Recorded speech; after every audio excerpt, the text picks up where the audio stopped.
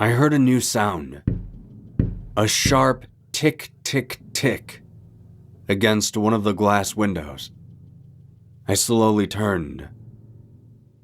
There was something hanging upside down from on top of the tower. Its head seemed to be floating in midair.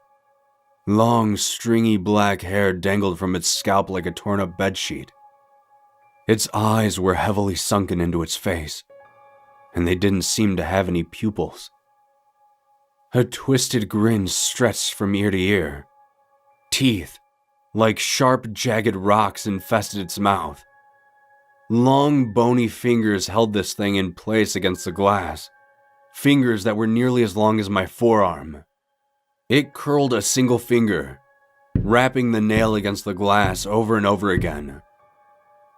Despite my fear upon seeing this thing, I did notice that this creature didn't look like the one that had previously carried the lantern.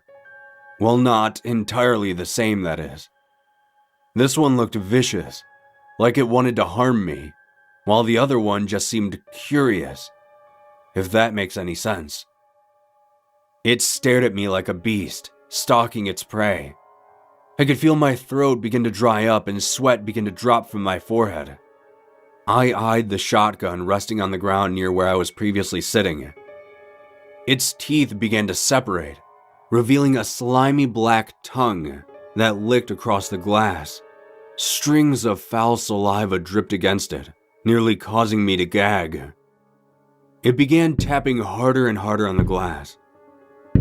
A moment later, my worst fear came to life. The window began to crack. It started where the finger was impacting, then began to branch out like a spiderweb until the entire pane was a brittle mess. One final tap,